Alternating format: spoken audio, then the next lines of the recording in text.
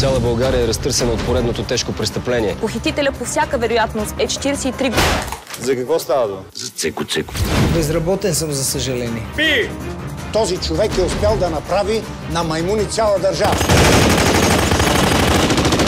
Сложете си тия тапички в ушите, когато започне обиск.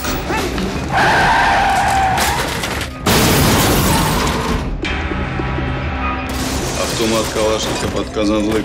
Голема работа. После То истински, бе. стана мазалото. И полуде този народ. Какво става? Вие плащали сте си парата? Дайте ми само възможност да ви обясня. Абе, вие нормални ли сте? Аз не намирам нещо ненормално, но за сега ще го оставим да поседи. Не искам да ме забъркват с някакъв луд за някакви 10 милиона. И аз съм Шопо.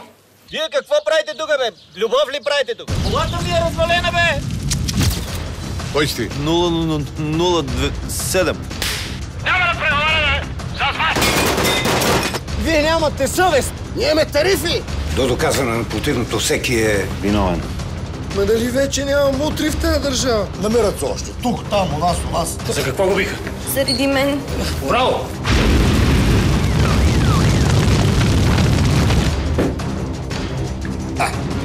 Така не може да се работи. Един звънец не може да навърти 470 лева. Може. Това е тази държава, бе. Опа! Ние сме ти баща, ние сме ти майка. Ти си едно ЕГН.